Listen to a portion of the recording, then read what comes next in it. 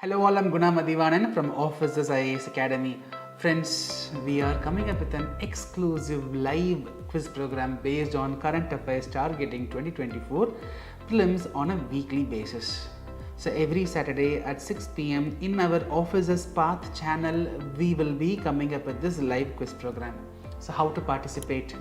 So for which you have to install an mobile application. So go to either App Store or the Google Play Store to download this application named Kahoot application. Download and install it. Right. So every Saturday at 6 p.m. in the live video, I will be giving you a 7-digit PIN. So you have to enter that 7-digit PIN in your installed application. In that Kahoot application, you have to enter that 7-digit PIN. Or we will give you a QR code. If you are not interested in installing the application, you can scan the QR code in the web browser. You can open the web page. In that you can enter this 7-digit PIN number and you can participate in this quiz program. So once you enter the 7-digit number, the application will ask you to give a username. So you have to give your username. Followed by your username, please give your last 4 digits of your mobile phone number. For example, my username is Guna8990, the last 4 digits of my phone number. So like that you can create your own username. That's all. You are ready to participate in the quiz. So in the live video, I will be showing you the question. The question will be followed by 4 options as usual, A, B, C, D. The 4 options will have a color code, right? So option A, red color, option B, blue color, option C, green color, option D, yellow color. So the 4 options will have 4 different color codes. So in your mobile phone, you have installed the Kahoot application, right? So the Kahoot application in your phone, in your device, it will show you 4 colored box, only 4 colored box. Only in the video which you are watching, in that live video, I will give you the question, followed by that 4 option I will be giving you. That 4 option will have a color code, right? So if you are going to choose A as the right answer, then A has red color, then in your mobile phone you will have a red colored box. You have to choose that. That's all. If the answer which you have chosen is correct, and if you have chosen that quickly, for every question we will give you 60 seconds. Assume that I am choosing A is the right answer, and I am choosing within 20 seconds, within 10 seconds. Based on how quickly I choose the question, I have to choose the correct one and I have to choose it as early as possible. So the one who is choosing at the earliest will be given more points. So if I am choosing in 20 seconds, I will be given more points. If someone is choosing at 30 seconds, then relatively lesser points, right? So this is how the quiz will work. So at the end of the program, we will show you the leaderboard. Between the questions also, I will show you the leaderboard. At the end, I will show you the final leaderboard.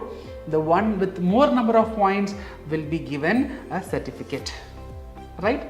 The idea of the quiz program is to provide you a real-time experience of solving the questions along with that competitive environment, right? I hope this program adds more value to your preparation. So along with this, we have a daily current affairs hit list series, daily answer rating initiative. So all these initiatives will give you a competitive edge in your 2024 prelims as well as mains, right? I hope this adds more value to your preparation. So see you in the quiz. Till then, bye, take care.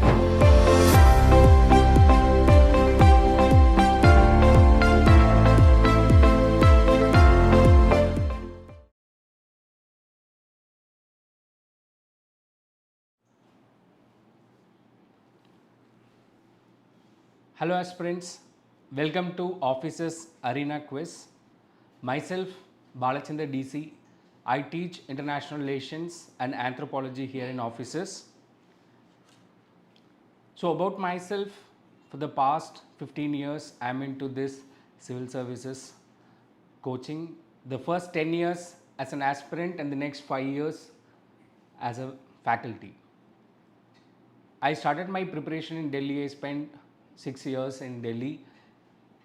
Then I moved to Chennai. I spent 2 years preparing here in Chennai. Then last 2 attempts I moved to Bangalore. And while I was teaching, I had an opportunity to be there in Hyderabad also. So I had seen thousands of aspirants in the last 15 years preparing for civil services. So one thing is, what I have seen in this journey is that anybody can clear this examination. Anybody can crack this civil service examination. Generally, there are no barriers to crack this exam. Generally, we ourselves put a lot of barriers, self-doubts. Like many aspirants ask me, sir, I am from like Tamil medium background, I am from a rural background, and so many other things. My schooling, my academics in my schooling was not that good. Can I clear this exam? Like that, many self-doubts aspirants carry, but I have seen in front of my eyes that some of my seniors, friends, juniors cracking this examination, and there were no barriers like this. Best example, one of my close friend, he did completely his schooling in Tamil medium. In his first attempt, he failed to qualify prelims because of CSAT, English comprehension, he faced difficulties. Next year, he worked on his English reading comprehension skills. He cleared prelims. Second attempt, he failed in mains. Then third attempt, he worked on answer writing, optionals. He focused more on optionals. Third attempt, he cleared mains. He gave interview, but he couldn't get into the list. But finally, in his fourth attempt, he was able to crack this exam and he got into IPS. So we started our preparation together and I know him very well. The best thing he did was, whatever was the weak area, whatever went wrong, in the next attempt, he worked on it very well and we could see the results. That's why there is no barrier. Anybody can crack this examination. That's what my experience in the last 15 years I have seen. I can give you n number of examples like that, but always make sure that it is as we put barriers for ourselves. Otherwise, this examination is very open for all. So now coming to the quiz, arena quiz. So this is a new initiative that we started this month. So we had offline quiz, we conducted offline quiz. As you all know, we conduct every week 2 to 3 general quiz for UPSC and TNPSC aspirants and those who are interested. But there were some aspirants, those who are not able to take it on live. So we felt that we should give an opportunity for those who are interested to take in offline also. So that's where this arena quiz came into picture. And we saw that in our first initiative this month, we saw very active participation from many aspirants in this offline quiz.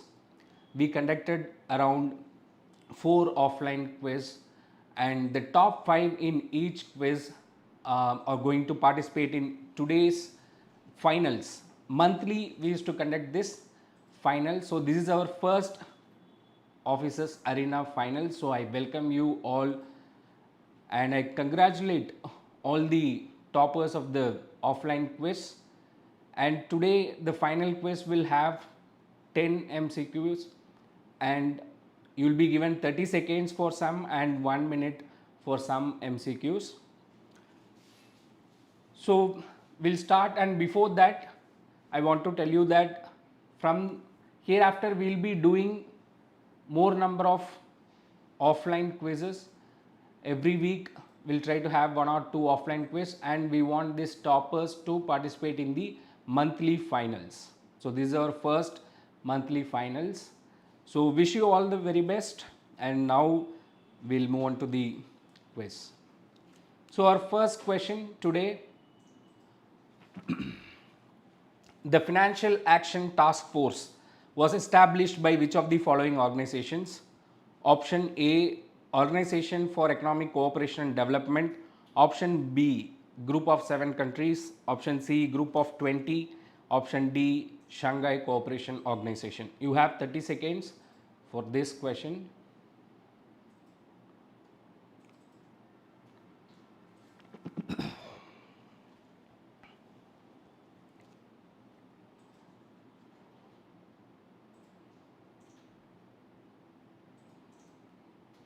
So the right answer is option B, group of 7 countries.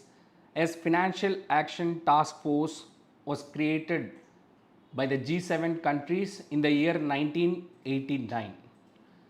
The major objective of this force, the Financial Action Task Force, is to combat money laundering and terror financing. So these are the two major objectives, to combat money laundering and terror financing. And at present there are 37 members in FATF, including India. India is a member of FATF, and the headquarters of Financial Action Task Force is in Paris. We see that FATF comes out with two lists, the grey list and black list. So what are these grey list and black list? Those countries which are not taking good steps to combat money laundering and terror financing will be kept under blacklist. So what is grey list? Countries, they are taking some steps to combat money laundering and terror financing, but not enough measures. So initially a country will be put in grey list, and if they are not at all taking any measures, then they will be put in the blacklist. So in the past we saw that Pakistan was kept under the grey list of FATF several times. So these are some information that we should be aware of. So now we'll see the leaderboard for our first question. So we have Manikandan topping the charts. Congrats, Manikandan. Then we have Devarjun Datta. Then we have Sampa and Chandar. Then Debayan Datta. So we have two Dattas here in the top 5. So congrats to all of you. So we have 9 more questions today. So let's move to the question number 2. So question number 2 today. Lebanon shares its borders with which of the following countries? Option A, Israel and Syria. Option B, Jordan and Iraq. Option C, Turkey and Cyprus. Option D, Saudi Arabia and Egypt. So you have 30 seconds for this question.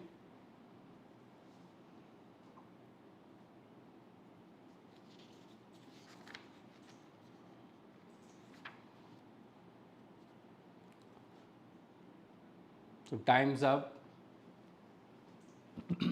Yes, most of you answered correctly. The right answer is option A, Israel and Syria. Lebanon shares its borders with Israel and Syria. So Lebanon is a country that lies in the western region of Middle East.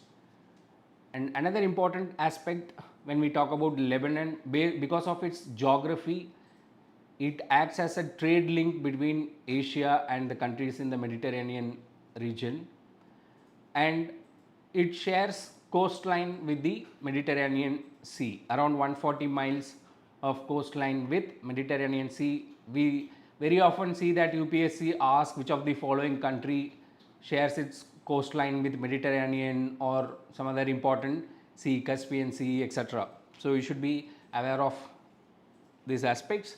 And when we talk about Lebanon, recently it was in news, very much in the news, because of the militant group Hezbollah, the militant group, the Shia militant group which was supported by Iran. There were tensions between Israel and Hezbollah, the militant group. So that's why Lebanon was very much in the news. So now we'll see the leaderboard for the first 2 questions. So we have Manikandan again topping the charts, and we have Chandar moving up. Then we have Devarjun Datta, Sampa and Devayan Datta. We see that the top 5 remain the same. So now we'll move to the third question. Which of the following statements about Nipa virus is incorrect? it is a zoonotic virus, meaning it is transmitted from animals to humans. Option B, the fruit bat is a natural reservoir of the virus. Option C, there is currently a licensed vaccine or specific treatment available for Nipa virus infection. Option D, none of the above. So you have 30 seconds for this question.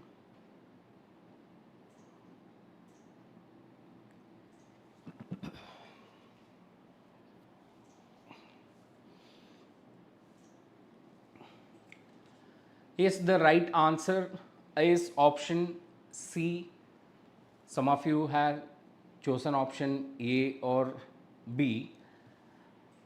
So if you see, it is, when we talk about Nipah infection, it is a viral infection, and the fruit bat acts as the natural reservoir for this virus. So statement option B is correct. And it is a zoonotic virus. Zoonotic virus means it spreads from animals to humans. So statement or option A is also correct. If you read the question properly, it is asking about which of the following is an incorrect statement. So coming to option C,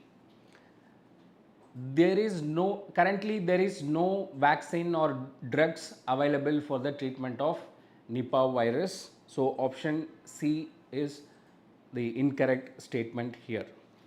So Nipah virus was first identified in the year 1998. The first outbreak happened in Malaysia. Later we saw outbreaks in countries like Singapore, Bangladesh and India. So it is a zoonotic virus, spreads from animals to humans, and yes, it spreads from the infected humans to other humans also. So how it spreads from humans to humans? Through contaminated food or direct contact. So what is the basic source of this infection? We saw that the fruit bats are the natural reservoirs of Nipah virus.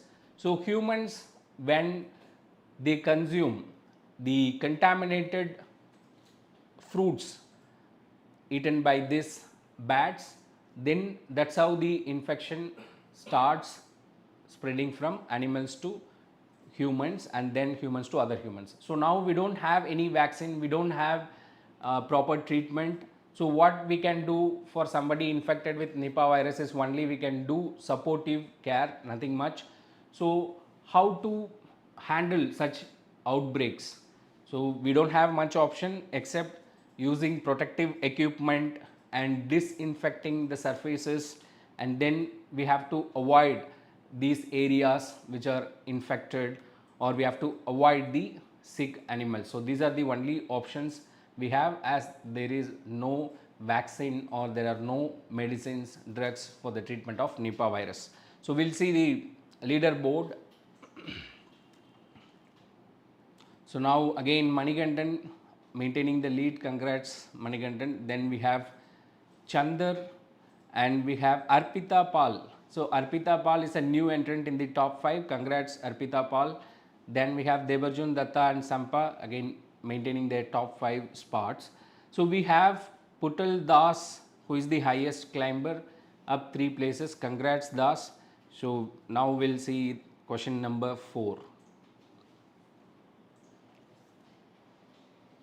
The Government of India is establishing PM Mitra Parks with the main objective of option A, modernize the food processing sector to increase the level of processing, create employment opportunities for the youth by promoting IT industry in smaller cities, transform India into a global manufacturing hub with a focus on indigenously designed, developed and manufactured weapon systems, create a world-class infrastructure for the integration of different processes involved in the textile industry. So you have 60 seconds for this question.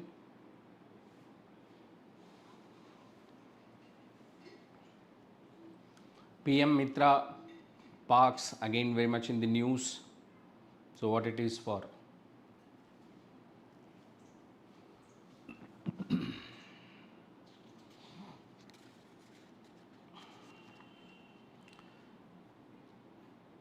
So the right answer is option D. Yes, most of you have chosen option D.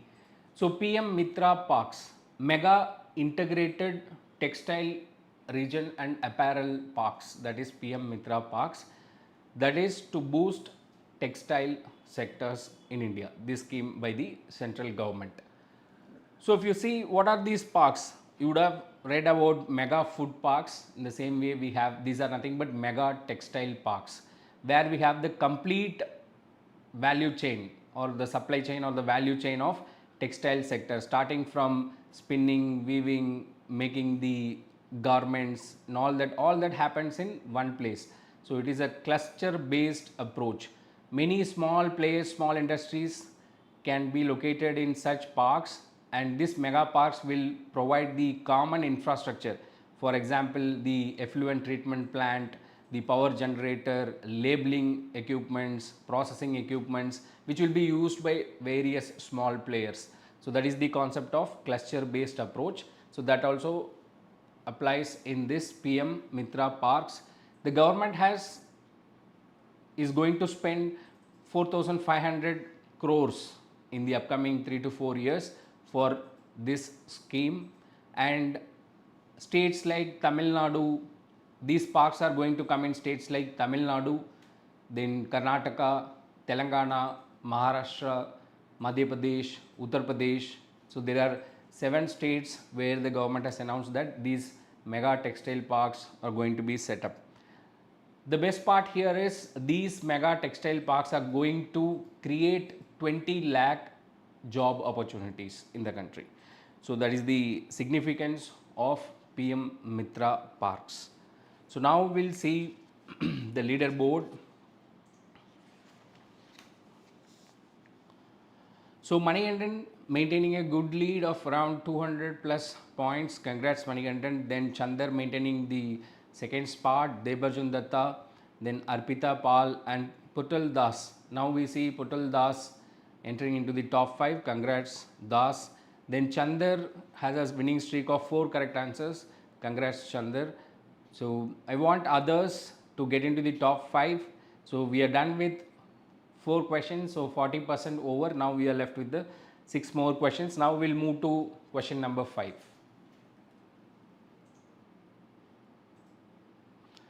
So consider the following statements about Eklavya model residential schools.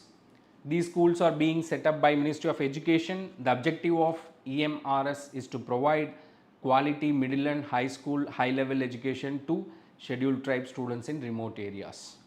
So which of the statements are correct? 1 only, 2 only, both 1 and 2, neither 1 nor 2. So time's up. Now the right answer is option B, 2 only. So some of you might have chosen both 1 and 2. Why? If you see Eklavya model residential schools, these schools are set up by Ministry of Tribal Affairs, not Ministry of Education. That's why statement 1 is wrong. And the major objective of these schools to provide quality education, middle and high level education to tribal students in remote areas. These schools will cater to class 6 to class 12 in remote tribal areas, and these schools will be set up in blocks where the tribal population, where the population in the block you have more than 50% tribal population. So there are 2 conditions: more than 50% of the population tribals, and another at least there should be 20,000 tribal population. So in such blocks these EMRS schools will be established by Ministry of Tribal Affairs. So we have NEST, National Education Society for Tribal Students, NEST. So that organization which comes under the Ministry of Tribal Affairs will establish, manage and control these residential schools. These schools will have a capacity of around 480 students, and up to 10% there can be non-ST, non-scheduled tribe students enrolled in these schools, maximum up to only 10%. So at least 90% should be scheduled tribe students. So these are certain criteria for these schools. So the major focus of these schools will be not only on academic education, but the overall development of the tribal students, so that the tribal students will be able to catch up with the rest of the population. If you see many of the social indicators, the tribal population lag behind the general population because of the remote, because they live in remote areas. So geographically inaccessible areas, no much schools, no much hospitals, no much infrastructure, all that. So now the government is trying to reach to these remote areas and improve the standard of living of the tribal population. So with that, we'll see the leaderboard. So now we are done with 50% of the quiz. So now we see Manikandan again maintaining a very good lead. Congrats Manikandan. So you are halfway done. Now you have 5 more questions to be the topper. Then we have Chandar maintaining second position, and Arpita Paul, Devajan Datta and Deepankar Sinha. Deepankar Sinha getting to the top 5 for the first time. Congrats Deepankar Sinha. So now we have Rajdeep Das, who moved up 5 places. Congrats Rajdeep Das, you can get into top 5 also. So I hope the next 5 questions there will be more competition, and I hope the questions also will be tougher. Let's see. We'll move on to question number 6. Umling La Pass is located in which Indian state or union territory? Jammu Kashmir, Himachal Pradesh, Sikkim or Ladakh? So you have 30 seconds.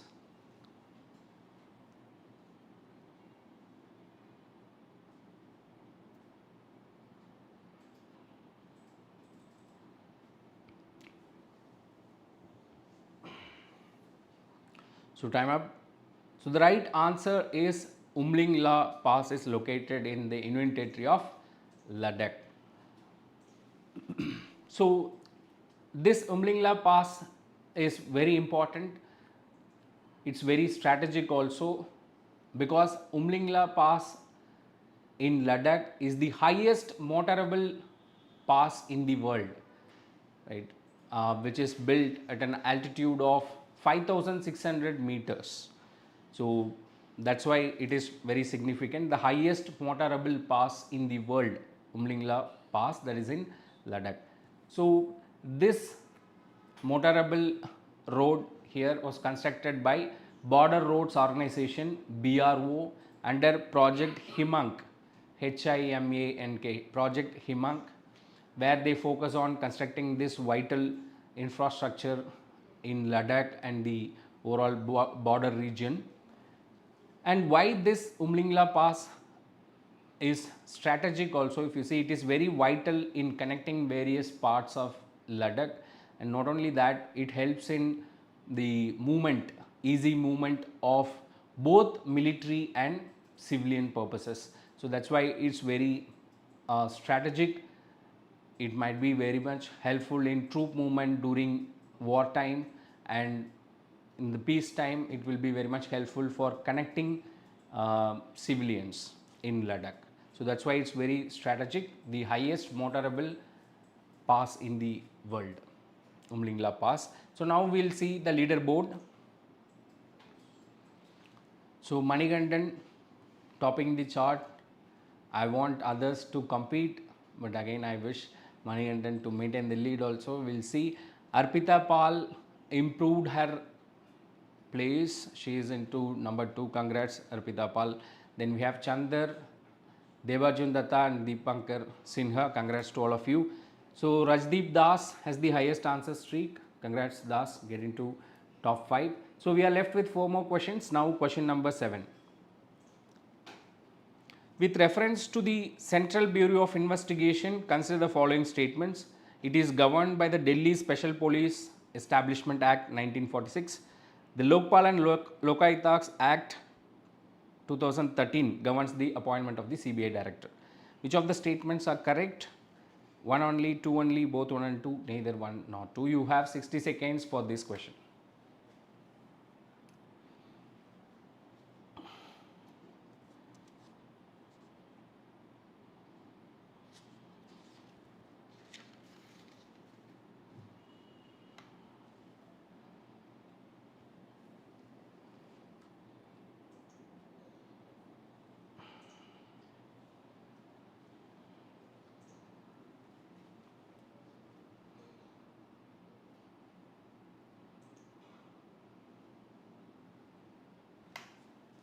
So time up now.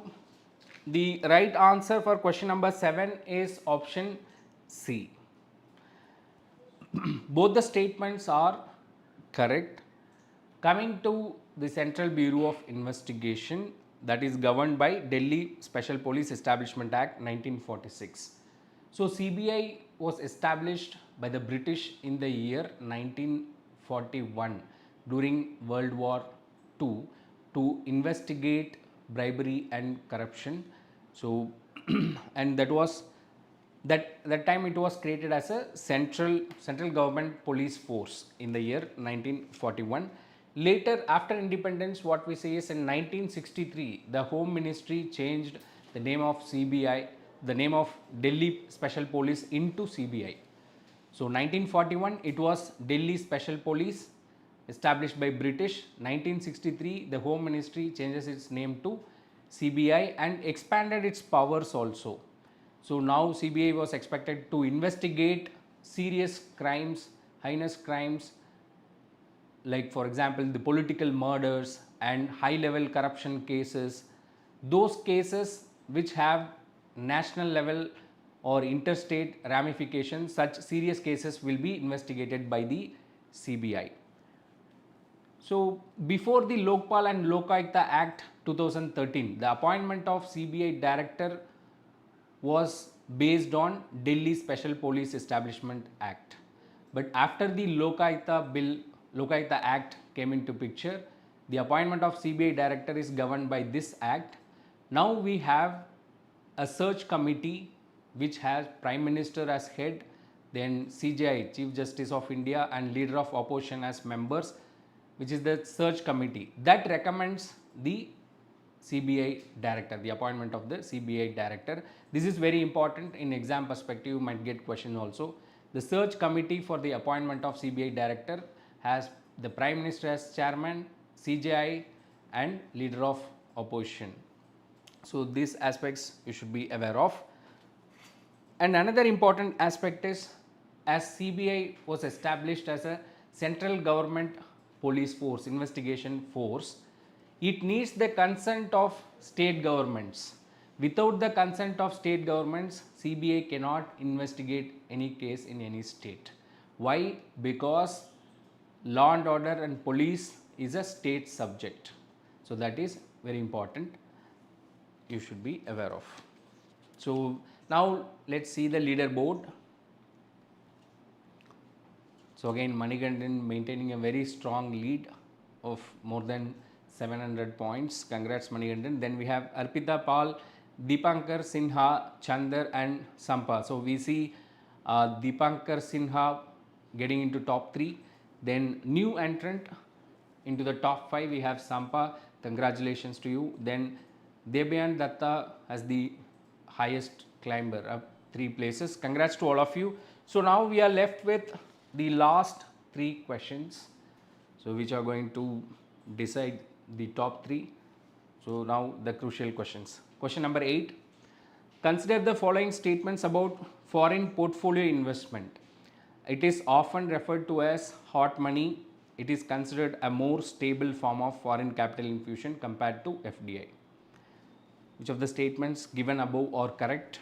1 only, 2 only, both 1 and 2, neither 1 nor 2.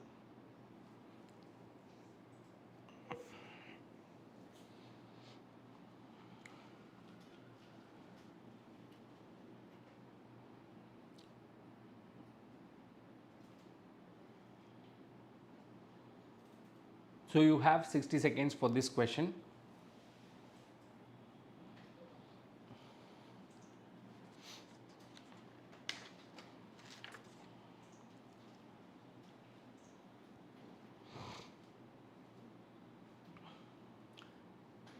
So time up. Now the right answer for this question is option A, 1 only.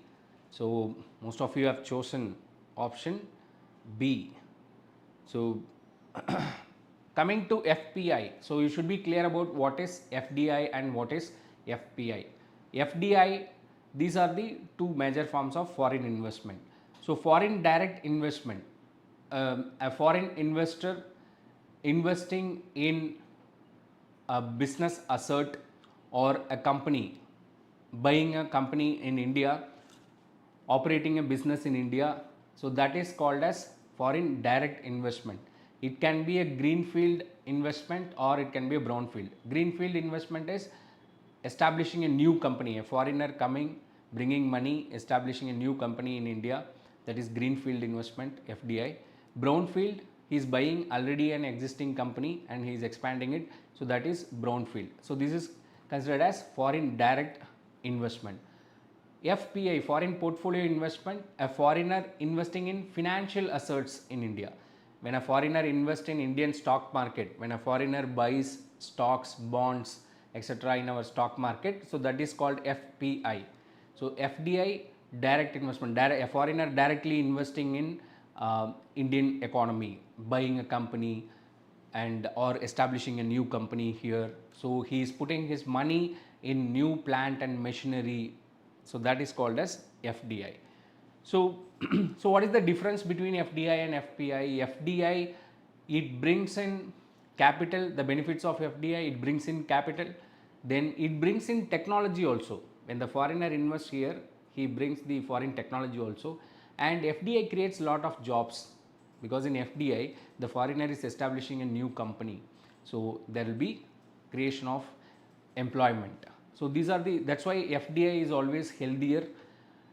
And compared to FPI, FPI is considered as a hard money. That's why statement 1 is correct. So why it is considered as a hard money? It is nothing but investing in stock markets, buying stocks, bonds, etc. So an FPI investor can anytime invest in stocks, at the same time anytime he can take back, he can sell and withdraw the money also. That's why it is called as overnight money, fly by night money. The FPI is also called as hot money or fly by night money. One small news or one big news in India, like for example anything related to political instability or something, immediately the FPIs will withdraw their money, they'll sell all their shares, then immediately it will affect our stock markets, and in fact it will affect our exchange rate also. Rupee may depreciate suddenly. So that's why FPI is relatively dangerous, but FDI is more stable, because here foreigner is investing in a company, he is establishing a company, he is establishing a factory. So he will not take back immediately, or he will not be able to take back, go back in 1 day or 2 days. It will be long term investment. FDI is long term investment and it is more stable. So option B or statement 2 is wrong, because FDI is considered more stable, because there is capital infusion and it is long term investment, not FPI. FPI is fly by night money. If you see in the 90s, 97, there was Asian crisis. The Southeast Asian nations, there were a lot of foreign portfolio investors, and one fine day, suddenly because of some political news, they withdraw all the money from the stock market. So it led to stock market crash and wider financial crisis in Southeast Asian nations. So that's why FPI is considered as hot money. So with that, we'll move to the leaderboard. So we are done with 8 questions now, 2 more questions. So Manigandan taking a huge lead, and he is being there in the first position, very solid, 5,700 plus points. Arpita Paul being second, and we have Deepankar Sinha, Putal Das improved his place, then Chandar. So congrats to all of you. So we have last 2 questions to decide the topper. Now question number 9. Consider the following Dholavira, Fatehpur Sikri, Kakatiya, Rudreshwara temple, group of monuments at Pattadakal. How many of the above are inscribed on the UNESCO World Heritage Site? Only 1, only 2, only 3, all the 4. So you have 60 seconds for this question.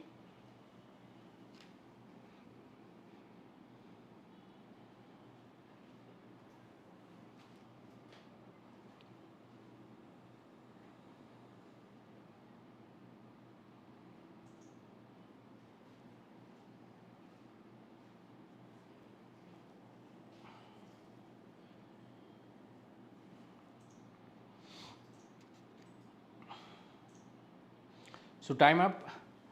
So the right answer is option D, all the four. All these four are declared as UNESCO World Heritage Sites in India.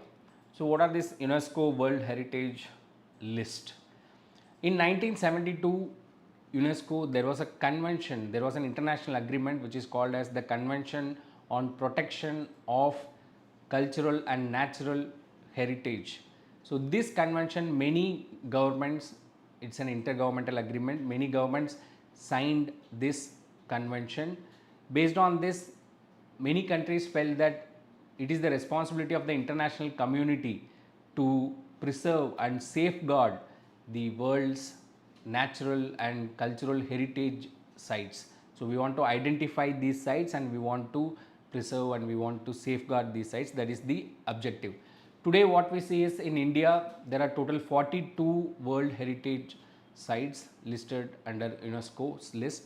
So out of these 42 sites we have 34 cultural sites, 7 natural sites and 1 mixed site.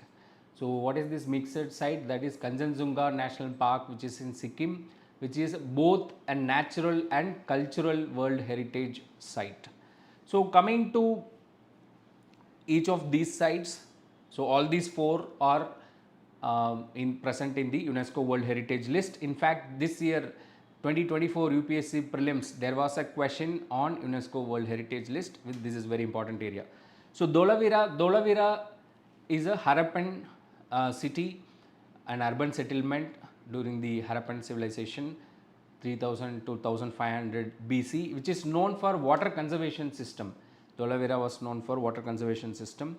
And Fatehpur Sikri built by Emperor Akbar, and it is also called as the city of victory, and it was established in the second half of 16th century and it remained the capital of the Mughal Empire for around 10 years. So Fatehpur Sikri is known for a number of monuments, and especially the important one, one of the largest mosques in India, the Jama Masjid within the Fatehpur Sikri. So that is also a UNESCO World Heritage site. So Kakatiya Rudreshwara temple, so these temples were built by the Chalukyas. The Chalukyas built. And what is the temple architecture? If you see, we have 3 different types. The Dravidian temple architecture you can see in South India, then Nagara temple architecture in North India. But the Chalukyas in the Deccan region, the Chalukyas, you can find a mix of northern and southern style. So which is called as the Visara style of temple architecture, where you will see the features of both Dravidian and Nagara style. So you will see in Kakatiya Rudreshwara temple also you will see this Visara style. And this group of monuments, sorry, I was talking about Kakatiya Rudreshwara temple. I'm sorry, Kakatiya Rudreshwara temple is in Telangana. So the group of monuments at Pattadakal, whatever I was talking about is a group of monuments at Pattadakal, which is in Karnataka. So that was built by the Chalukyas. So it is obvious Kakatiyas, the Kakatiya Rudreshwara temple, that was by Kakatiyas, right? So all these 4 are considered as UNESCO World Heritage sites. So now we'll see the leaderboard after 9 questions. So again Manikandan leading the chart. So 6,700 points, a very big lead, and Arpita Pal, Deepankar Sinha, Sampa and Debayan Datta. So I could see that Sampa and Debayan Datta getting back, improving their position, getting back into the top 5. There is competition, a bit of more competition in the top 5, but I don't see any competition for the topper. The number 1, he is maintaining a very strong lead, but anything can happen with the last question. So the most important question, we'll move to question number 10.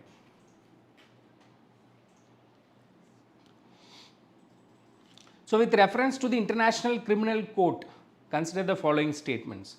It is the principal judicial organ of the UN. The ICC was established as a court of last resort to prosecute the most heinous offences in cases where national courts fail to act. ICC can try individuals charged with the gravest crimes of concern to the international community. All members of the UN are automatic parties to the ICC. So you have 60 seconds. Option A 1 and 2 only, option B 1 and 4 only, option C 2 and 3, option D 1, 2 and 3 only.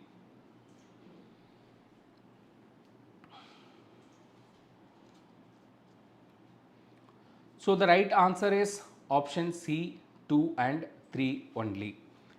So if you see the International Criminal Court, the first statement, it talks about it is the principal judicial organ of the UN. That is wrong, because International Court of Justice ICJ is the principal judicial organ of UN, not ICC. So ICC is an independent judicial body which is independent of the United Nations system, and the Rome Statute established the International Criminal Court. Those countries which were part of the Rome Statute, which are signatories to the Rome Statute 1998, they are members of International Criminal Court.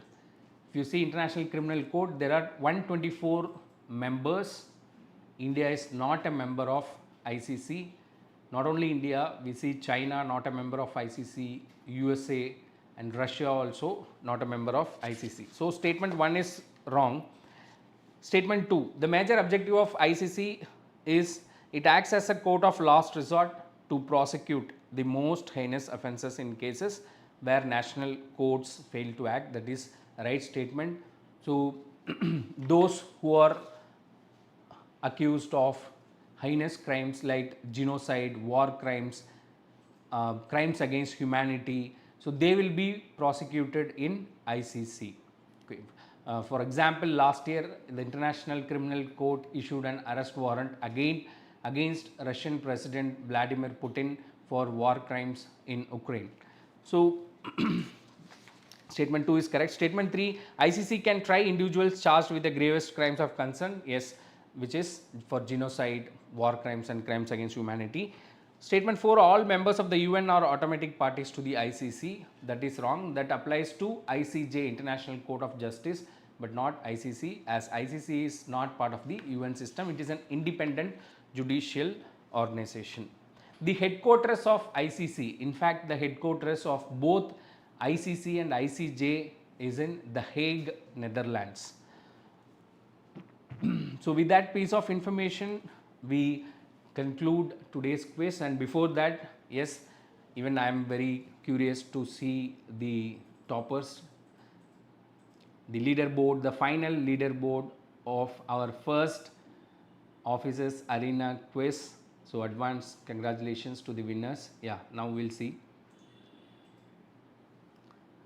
So number 3, we have Dipankar Sinha. Congrats Dipankar Sinha. Number 2, Arpita Pal, congratulations. And number 1, most likely it should be Manikandan. Yes, congrats Manikandan. So all the best to all of you. And Manikandan maintained a very good lead from the beginning, and there was only competition for number 2 and number 3 spots. So congrats Manikandan. And Arpita initially were not part of the top 5, but later she climbed up. So congrats Arpita. Then Dipankar Sinha also, a very good competition, very good fight by Dipankar Sinha. So, and I congratulate all of you for participating in this quiz, and for the winners. So now you can see the screen, the information. So you can contact our admins. Our winners, the toppers of today, will be rewarded with some prizes. So many more congratulations to the toppers and also to everyone who participated in today's quiz. So when I was in my school days, I used to hear this slogan. My PT master always says, participation is more than winning. I never won much of sports medals, but he always says that participation is more than winning. So it's good that many number of aspirants participated in this. So I would say that you consistently participate in this quiz, and in the upcoming weeks there will be more number of offline quiz, and this is our first initiative. This is the first finals, and every month we'll have finals for this officers arena.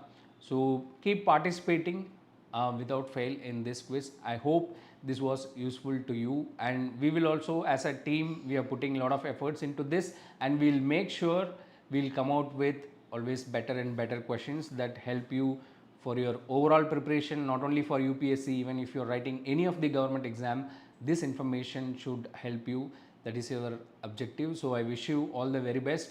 Thank you so much, and we'll be meeting definitely very soon in the other quiz.